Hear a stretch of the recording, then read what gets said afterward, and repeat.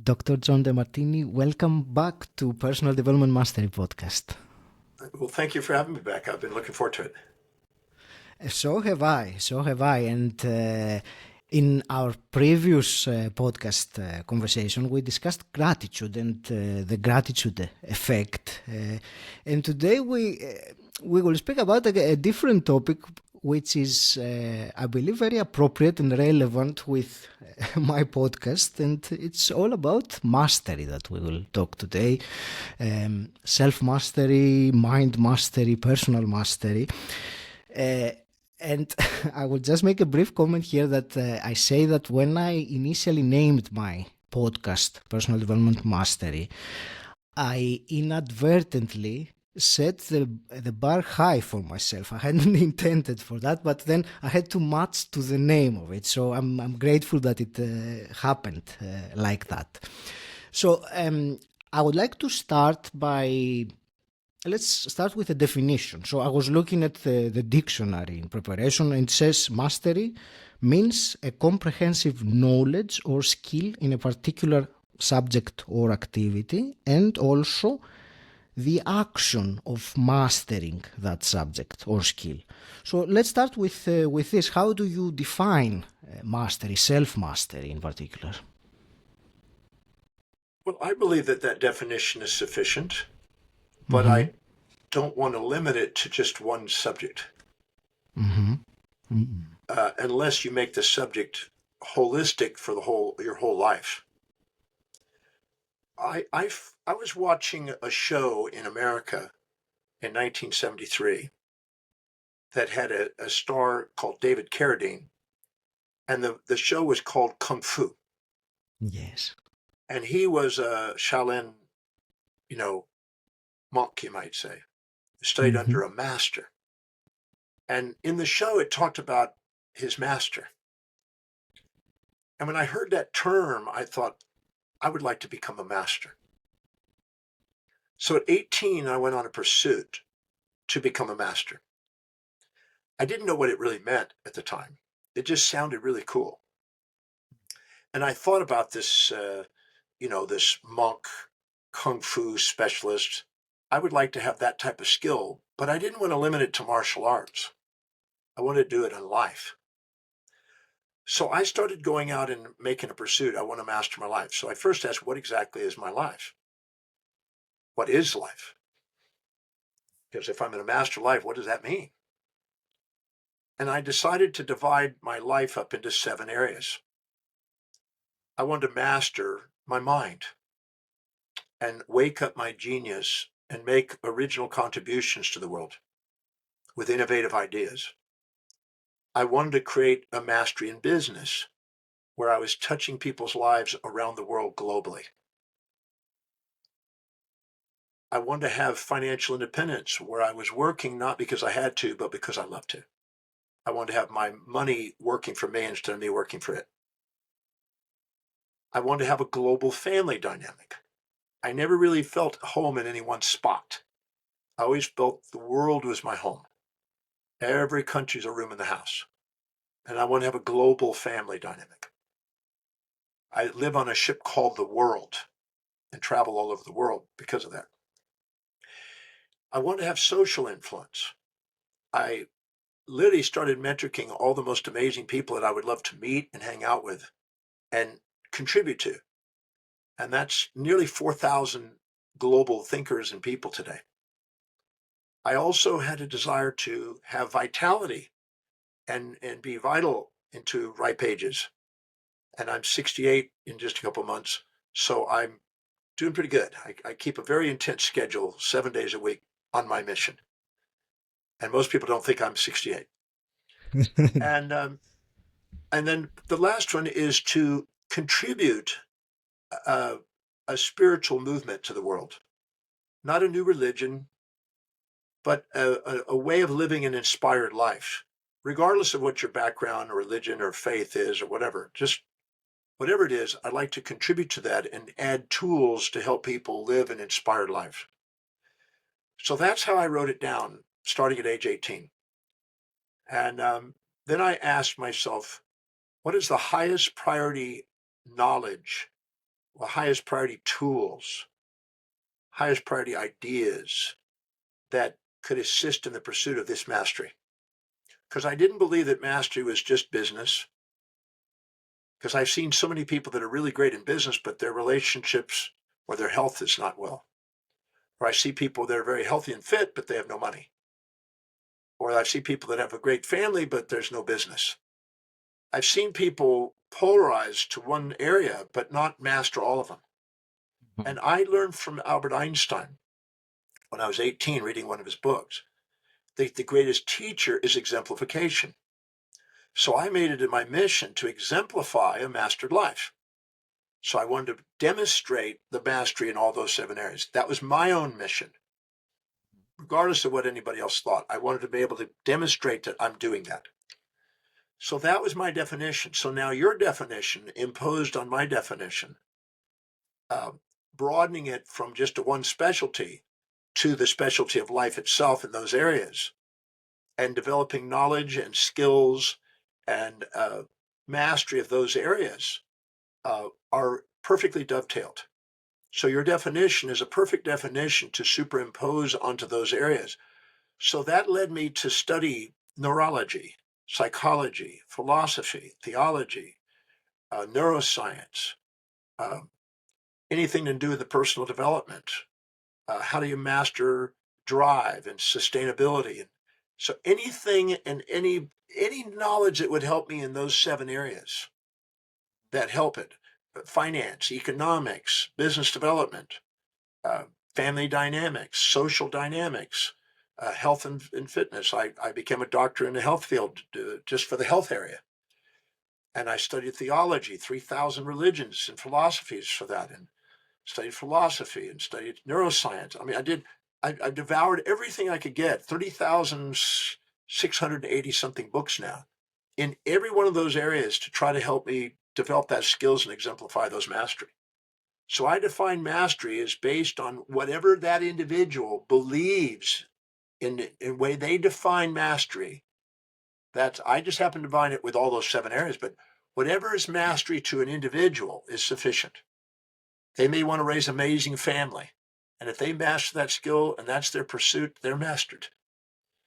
But I include all 7. That doesn't mean anybody else has to, but for me, that was my definition. But I want everybody to know that whatever their heart and their real, true, authentic pursuit is, that's really valuable to them, the mastery of that is mastery and fulfilling. And I believe that everybody deserves to have their definition fulfilled. Thank you for this explanation and how you talked about life mastery and the 7 areas that you... And personally, I believe that you demonstrate mastery in all of those areas, as far as I can tell. I would still like to focus on one of these areas, especially the mind mastery. I don't know if you would agree with me or not. Somehow I feel like it is a prerequisite in some ways for attaining mastery in some of the other areas. So it kind of is more important, if I can say that. Well, your perceptions, your decisions, and your actions in life are mental expressions. And your life, you have control over your perception, decisions, and actions. You don't have control over everything outside you, but you can control your perceptions of what happens, your decisions, what you do with it, and your actions. So mind mastery is the fundamentals of life mastery in all 7 areas. And I created a model, you might say, a system for mind mastery for the sake of those 7 areas. So I would agree with you. I think that would be the cornerstone. The question now is, who are we? It's an ontological, metaphysical question. Who are we? Some would say a soul. And Aristotle and Plato's idea of a soul also had mental expressions.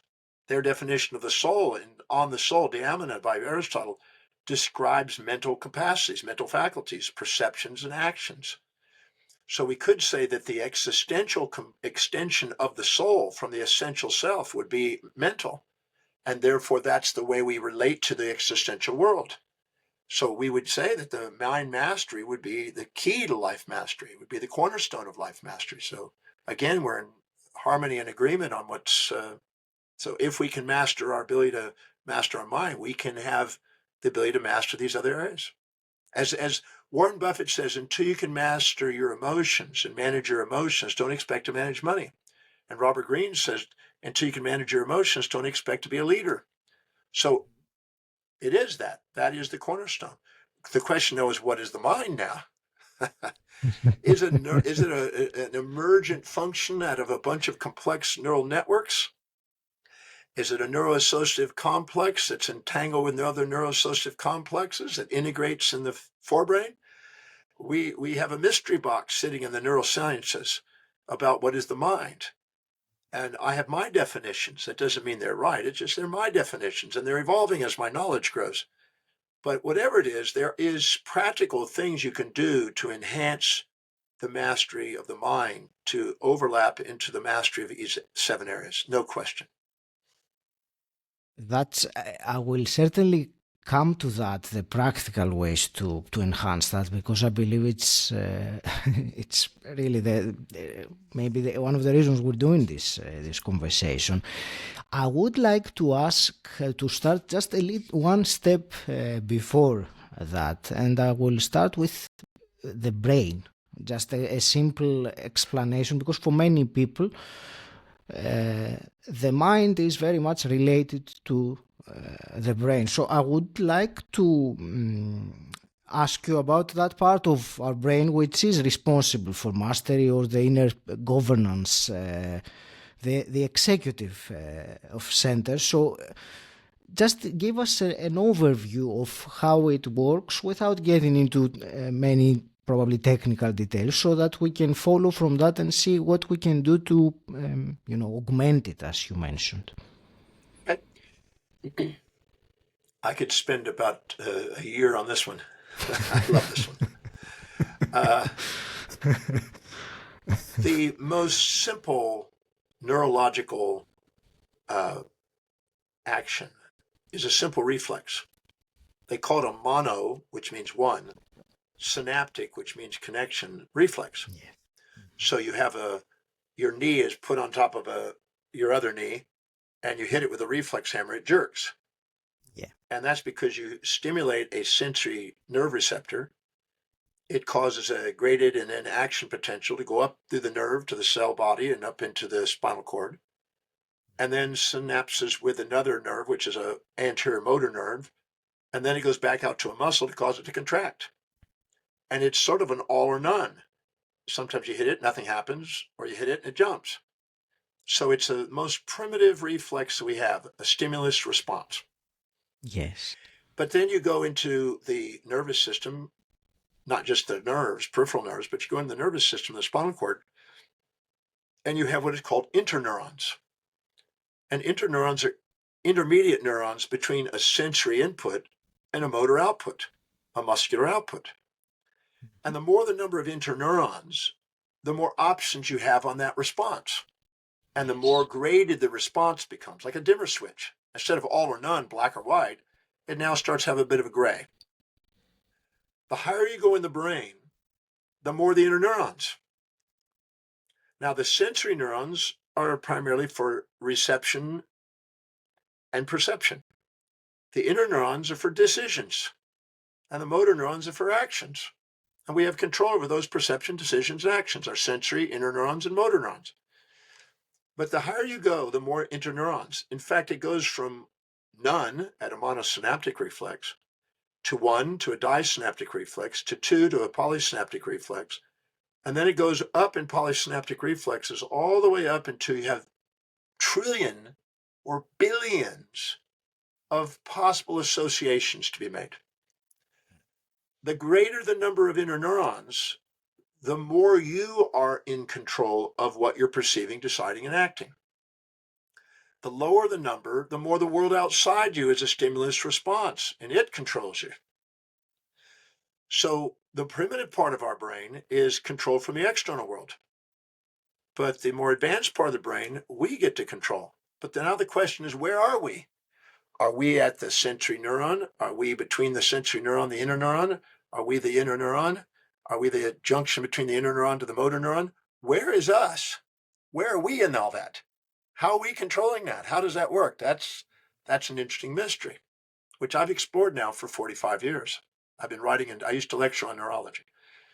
So as we go up, the most advanced part of the brain is the medium, the middle part, prefrontal. That means it's wrapped up underneath the brain in the front prefrontal cortex.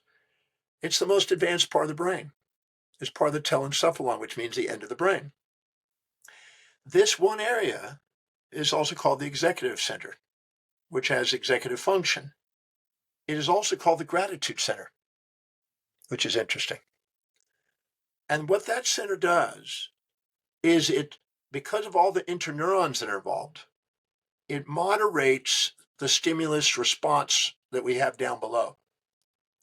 And it allows us to govern those behaviors and take spastic all or none reflexes, impulses, instincts, and calm it down intuitively into a reasonable response based on wisdom.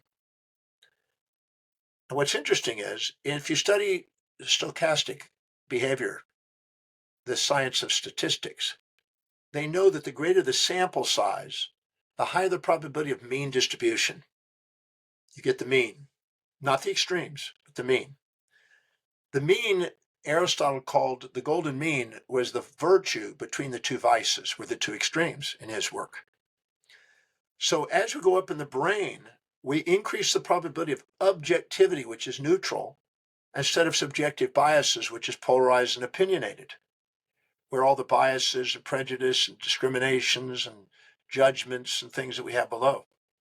The Greek philosopher Empedocles said we have love or strife. When we're balanced, we have love. Same for Pythagoras. When we don't, we have strife. We have judgment. Judgment is when you're perceiving consciously more positives and we're unconscious the negatives, or perceiving more negatives consciously and unconscious the positives. That's down below. That's where we have a reflex for survival. But the executive center sees both sides. Wilhelm Wundt in 1895 said there's simultaneous contrast of perception and sequential.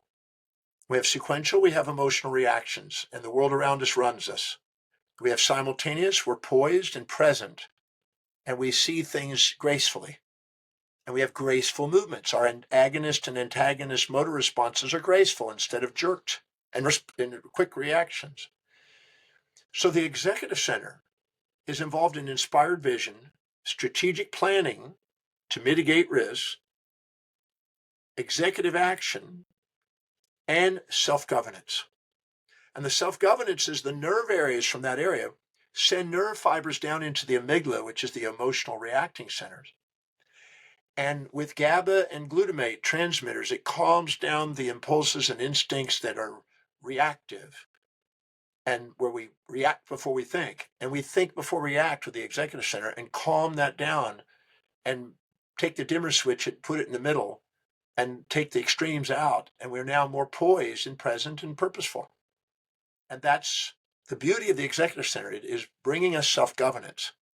So every time we perceive something that has a positive without a negative or a negative without a positive, the amygdala comes on, the subcortical area of the amygdala comes on, and we react because we're there for survival. But every time we balance our perceptions and ask quality questions and make us conscious of the unconscious and become fully conscious and see both sides, the executive center comes on and we become poised and present. And we have grace and gratitude, and we feel love for life. So the executive center is designed to dissolve the fantasies and the philias and the phobias, the nightmares and the fantasies, dissolve those and allow us to be present with the magnificence of what's there and respond wisely with thought and reason and inspiration. Now, when we live by our highest values, everybody has a set of priorities in their life. When we live by our highest values, the executive center gets blood glucose and oxygen. When we live by our lower values, the amygdala gets it. So if we're not doing what we're really authentically designed to do that's inspiring to us and fulfilling our ontological, real, authentic self, the amygdala comes on and we start to have skewed views of reality. But the second we live by our highest value and inspired, we become objective and reasonable, and we end up making the most sustainable, fair exchange transactions with other people, which allow us to master the areas of our life. Thank you. And actually, I was wondering when you would start speaking about values, and this, I think it is exactly the right time to discuss it.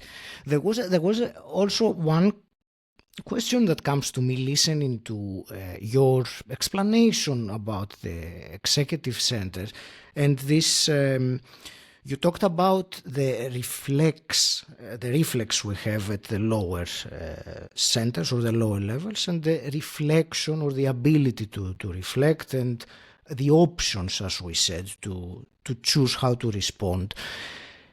My question is, how can one find or enhance this ability, shall we say, to be able to stop at that moment? You said about, balancing our perceptions, but I'm trying to take it one step before that and ask, how can one get out for a moment of this this reflex, and get into the mode of being reflective? I hope my question is clear to what I'm trying to. Yes, it's very clear. Thank you. We have reflexive awareness and reflective awareness, like you say. Yes.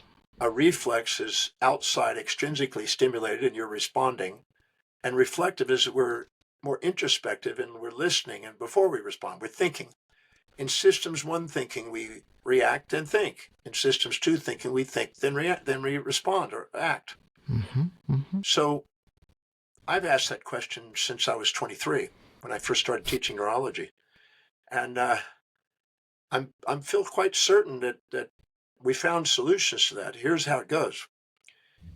Whenever you have an emotional reaction, it means you have incomplete perception. Because if you're infatuated with somebody, you're perceiving the upsides, but you're blind to the downsides. You're ignoring the downsides. You're unconscious of the downsides. So in a sense, you're ignorant of the whole. You're only seeing part. And you're now generating an opinion that's got an emotion. And I'm going to make a statement that the purpose of emotions is to offer us, as conscious beings, feedback to let us know when we're not seeing the whole. We're not fully aware. Yeah. We're ignoring some of what we're experiencing. And we're having a bias. And we're in survival mode. And it's offering us feedback to let us know that. That's all. It's giving us symptoms in our body and our psyche to let us know that we're not whole. We're not authentic. Because if we infatuate with something, we'll tend to minimize ourselves to it. And if we minimize ourselves, we're not authentic.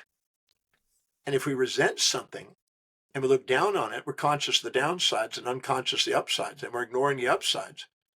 We're going to exaggerate ourselves, looking down on people. And that's inauthentic. And so the homeostatic mechanism of the brain is trying to make us authentic. It's trying to teach us how to love. It's trying to teach us to have sustainable, fair exchange. And when you tend to be looking up to people, minimizing yourself, you'll tend to sacrifice for them. Anybody you've been infatuated with, you'll tend to inject their values, try to live by their values, and sacrifice for them temporarily for fear of loss of them. And anybody you resent, you'll try to sacrifice them for you narcissistically, because you'll try to get them to live in your values, both of which are futile.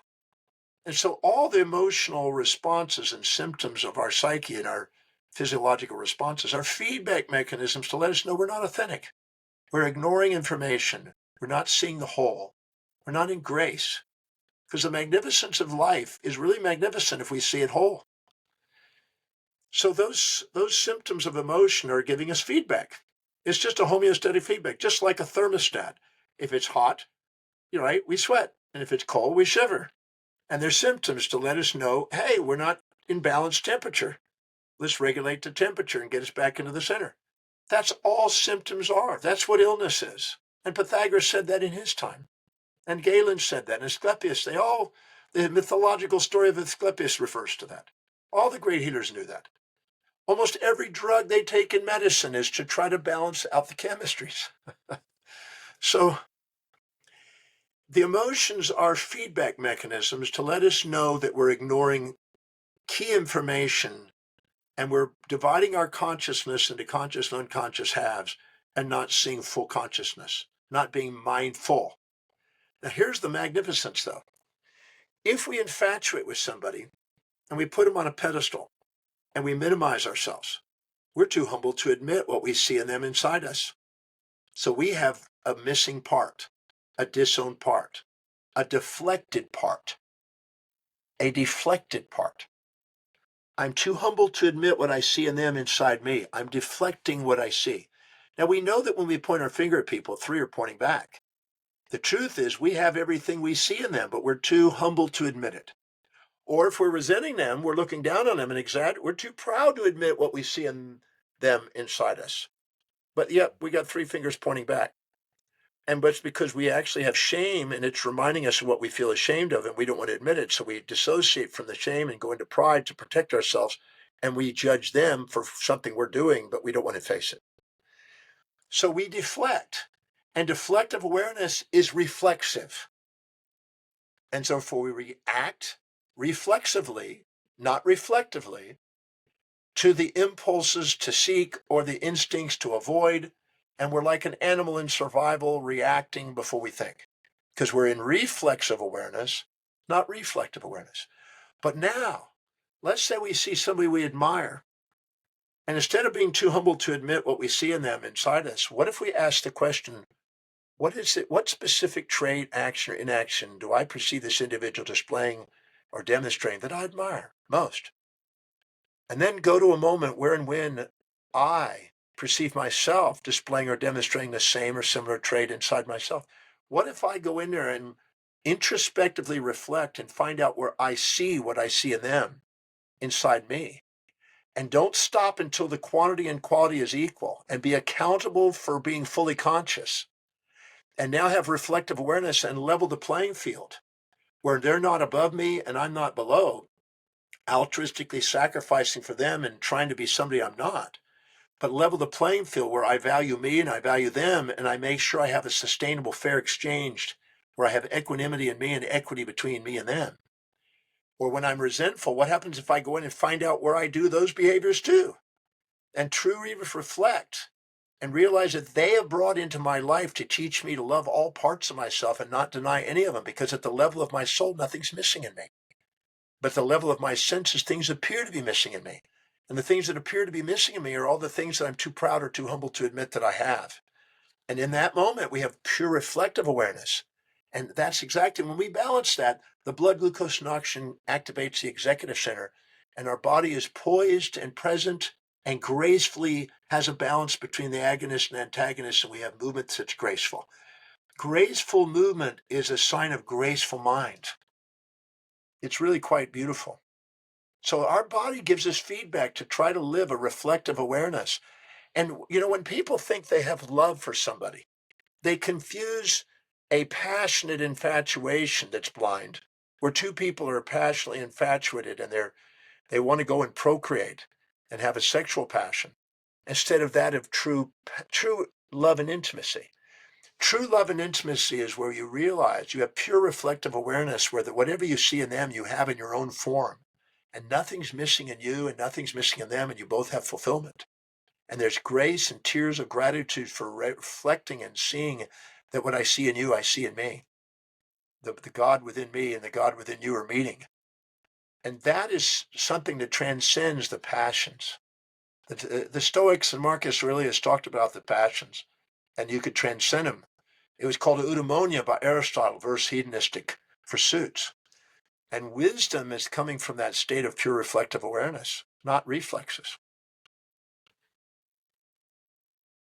So let's say then that and I'm going to ask you something specific that came to my mind listening to your explanation, that we realize ourselves being in such a state of a high emotional state, demonstrating that we're ignoring, as you said, some key information. We've not seen the totality of the situation.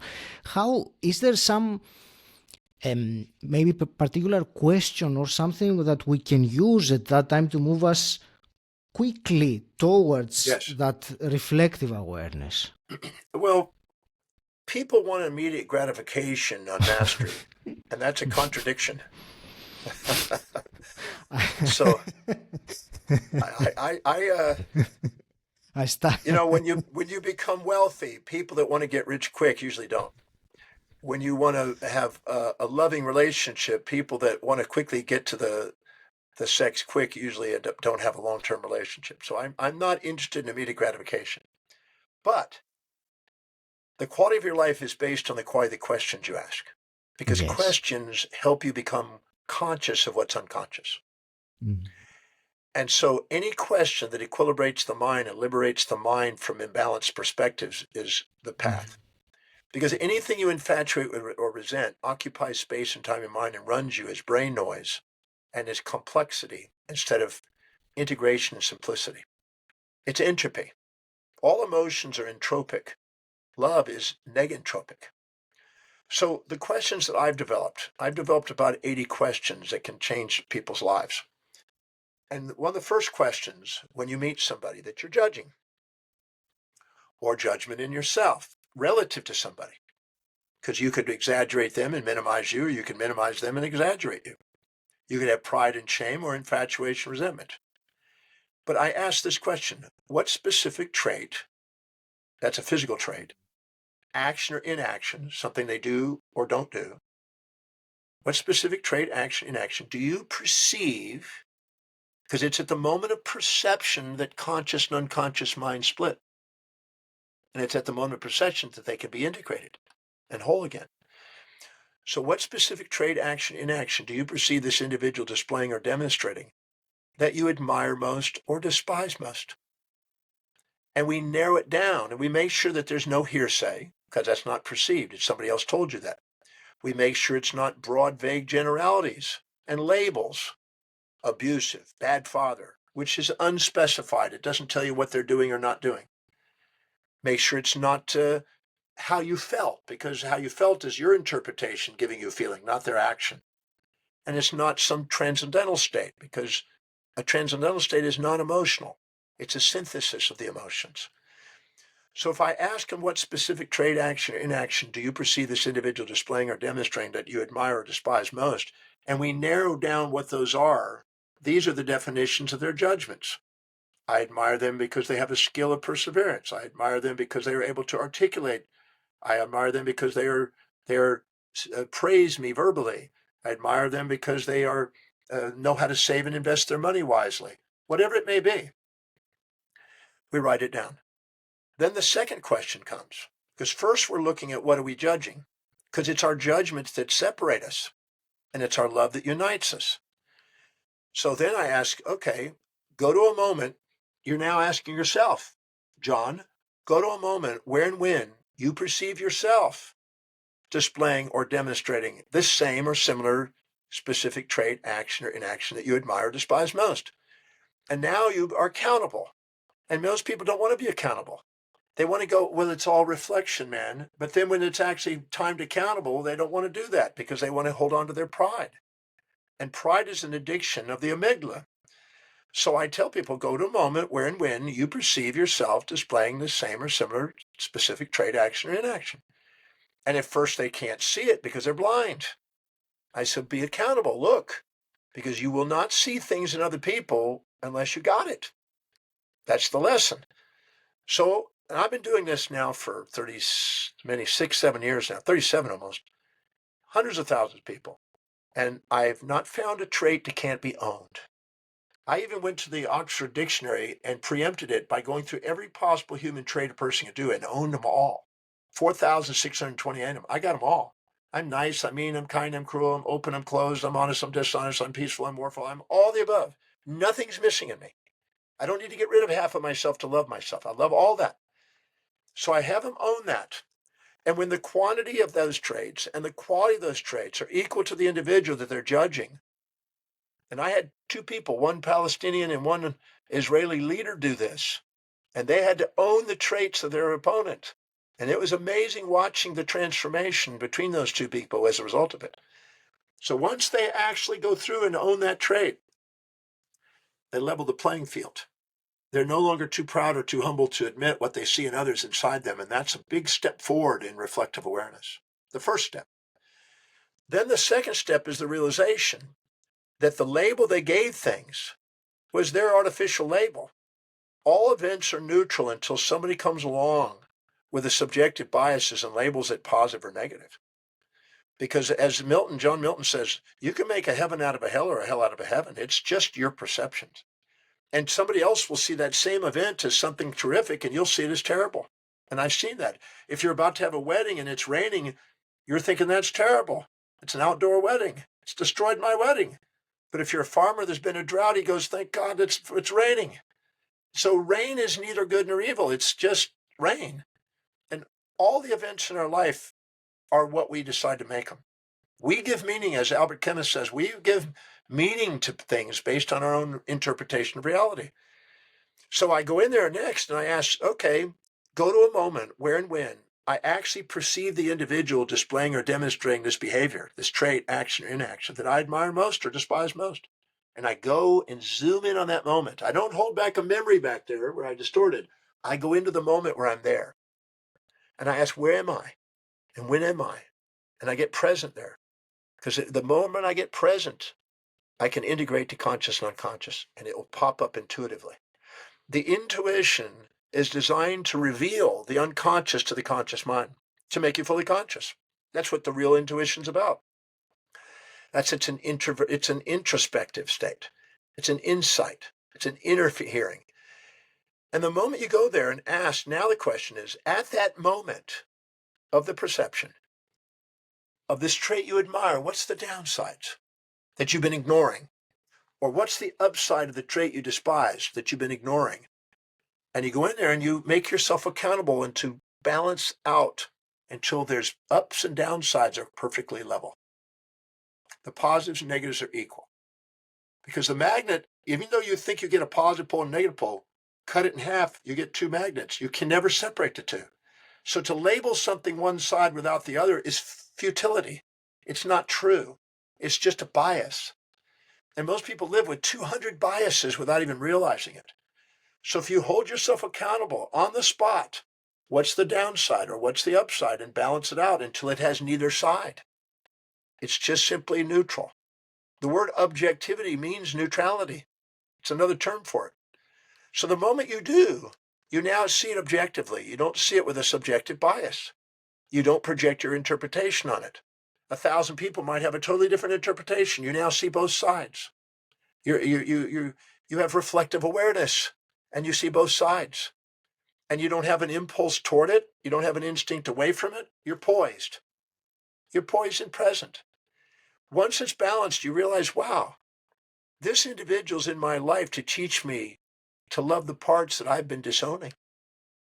I don't have anything except thankfulness for that. Now we go to the next step. We now go back to the moment where and when I perceived myself displaying or demonstrating that behavior, that trait, action, inaction, that I admired or despised most, that same behavior. And in that moment, I get present. And I look at who is influenced by that. Because if I was proud of it, I'm assuming that I initiated more benefits and drawbacks to somebody, and I'm blind to the downsides of what I did. And if I thought I was ashamed of it, I assumed that I initiated more negatives than positives to somebody, and I'm blind to the upsides. So now I go back and get accountable of where I've done it and look at what are the ups or downsides until those are balanced to the individual I did it to or anybody who's a bystander perceiving it who might have been affected. And I make myself really accountable to clear my prides and shames because my prides and shames aren't my authentic self. They're exaggerations and minimizations of me because of my judgments of me or other people. And what's interesting is, if I dissolve my own pride and shame, my resentment and infatuation with others goes away. It was never based on them. It was based on my stored unconscious baggage that I was storing because I had this moral hypocrisy within myself that I was projecting. Now, the moment that's done, I go one step further. I go back to the moment of where and when I perceive them displaying or demonstrating the trait. that I judged, that I thought was something I admired or despised. And in that moment, I look at who are they demonstrating it to? Is it me or somebody other than me? And if it was me, I then go to a moment where and when I perceive that same individual displaying or demonstrating the exact opposite trait to me. So if I thought they were verbally critical, I now find where were they verbally praising me? And I go and find out where they did the opposite trait until it balances the trait 50-50. And then I realize that they're a human being with a set of values. And if I do things to support their values, they praise me. If I do things that challenge values, they criticize me to keep me back in balance.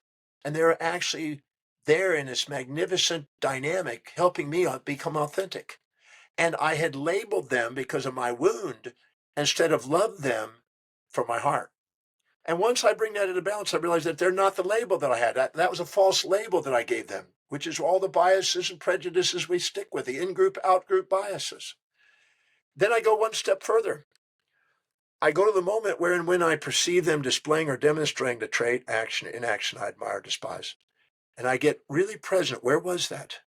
When was that? And what exactly is the content in that moment? And what's the context? If they're verbally criticizing me, why? What am I doing that's challenging their values? And what am I doing that's arrogant where they would need to bring me back down and to humble me? And what's the context? Oh, it's about the way I manage my money with my kids. Great. And who are they doing it to? Me. And at that exact moment, you cannot perceive something without a contrast. That's a basic principle of psychology for over 125 years now. And so at the moment when you're perceiving something that you admire or despise, your mind has the counterbalancing homeostatic mechanism in what they call an anti-memory in the brain that are neuroassociations that come up to counterbalance that to bring you back in homeostasis. So at that moment, what virtually or in reality is doing the opposite to you? So if they're verbally criticizing me, who is actually praising me at that moment? If they're rejecting me, who's wanting me at that moment? If they're putting me down, who's lifting me up at that moment? If they're lying to me, who's telling me the truth at that moment? Because I couldn't perceive that without a contrast. And I become aware of that in that moment, virtually or real, one or many, male or female. I look for where it is. And I don't stop until I become aware and I get tears of gratitude for the pairs of opposites that are born in that moment. And then I realize that I selectively biased out half of that and created an emotion instead of creating a moment of love. If I do that, I create a storage in my subconscious mind of all those imbalances. But if I integrate them, I awaken my superconscious awareness where I'm in grace again. And I see both sides, and I do that for each moment. I judge them. And then I discover that it was my illusion. There was a matrix of love there the whole time. That love was all there was. Nothing else was there. All else was an illusion that I bought into because of my bias. And then I do one more. I ask the question, go to a moment where and when you perceive this individual displaying or demonstrating the trait that I admire and despise. And in that moment, if they had done exactly the opposite, the way I fantasize them doing when I judge them, what would have been the drawback? Because as long as I'm holding on to a fantasy about how life is supposed to be, I'm never going to appreciate my reality. So I ask, what would be the drawback if it was the way I fantasized at that moment? Or what would be the benefit if it was the opposite of what I admired? And I level the fantasy and I take the magnet and I neutralize the magnet and demagnetize the magnet so I can actually be present with somebody and love them. If I do those 7 questions, both positive and negative, that already starts transforming and helping me have reflective awareness. But I have about 80 questions. Those are the first 7. Thank you for your comprehensive answer, and also you made me realize that the way I phrased my question, even though my intention was not to find the shortcut, the one question that you can use at all time, and bypass whatever is happening or go past it. But thank you for the clarification. It's been a very intriguing and wonderful conversation, John. There is, and I know that our time together is quickly going towards the end. There is one last thing I wanted to ask you to share a few words with us. We are delighted that you agreed to share for free your workbook with us on the 7 steps to expand to the next level of empowerment. So it's a free guide which the listener can download from the link that I will have. I would like you to share a few words about the guide, and even though I think the title is self-explanatory, but please share a few words about it with us. Every human being, regardless of age, gender, or cultural background, or sexual gender, lives moment by a set of priorities, a set of values, things that are most to least important.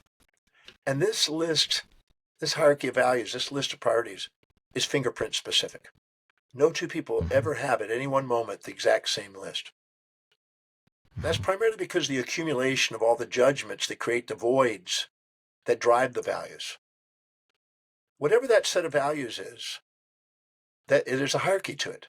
And the very top value, the thing that's most important to the individual, most value, most priority, they spontaneously are inspired from within to fulfill it.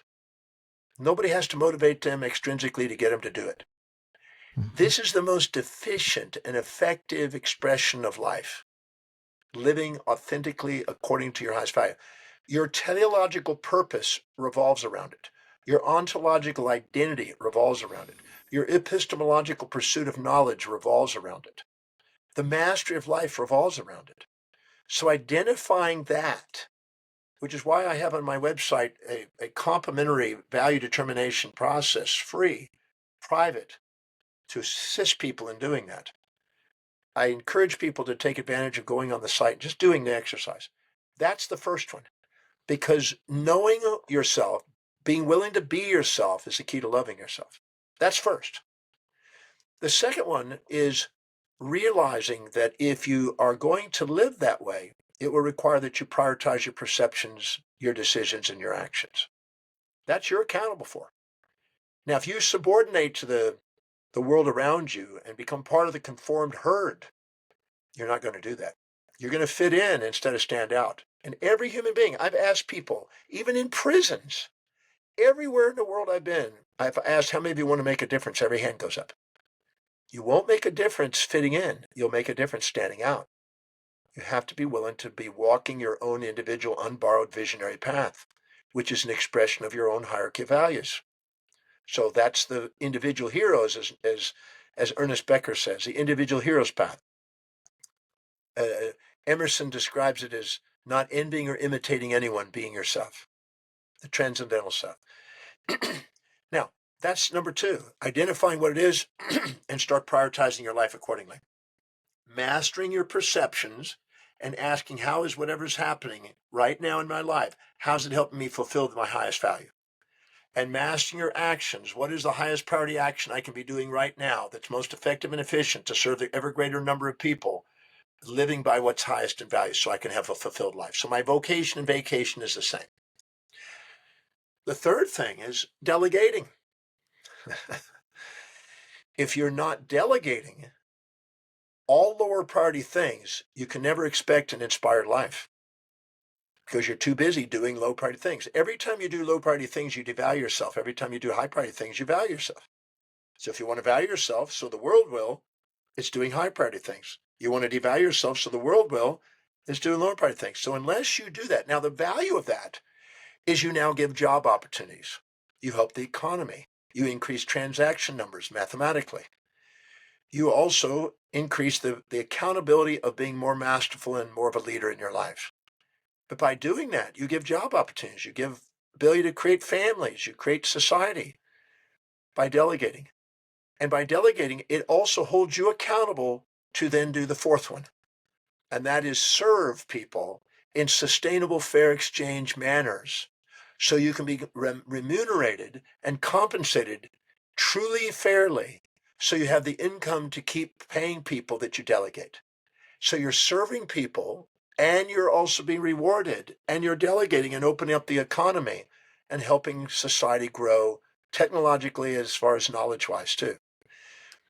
Then you want to make sure that you sustainably, with fair exchange, pay the people you delegate, just like serve the people in fair exchange, pay the people in delegation fairly.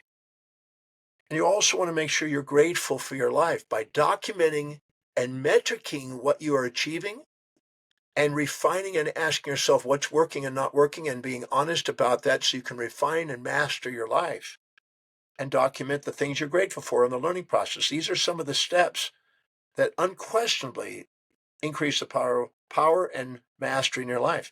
So the booklet is just a reminder of some really basic information to help you do it, with some questions and some fill in the blanks to help you on your path. Thank you very much for this conversation and for all the wisdom you shared with us today, John. I want to wish you all the very best, continuing your mission of empowering and awakening people to who they truly are. Any last parting words? The magnificence of who you are, the true you, is more magnificent than any fantasy you'll ever impose on yourself. So don't live in the shadows of anyone, but stand on the shoulders of great individuals that are living exemplified lives. And go with reflective awareness and dig inside and find out where you have everything that you see in all great people. Nothing's missing in you. You maybe have compared yourself and expected yourself to be somebody you're not, and you'll only self-depreciate, and the purpose you self-depreciate is to get you back to who you are, because that doesn't work. But honor that and give yourself permission to shine, not shrink, and to radiate, not gravitate, and to contribute and not depend. And I assure you, you have what it takes to do something extraordinary, because you are already extraordinary, but you may not have awakened it yet.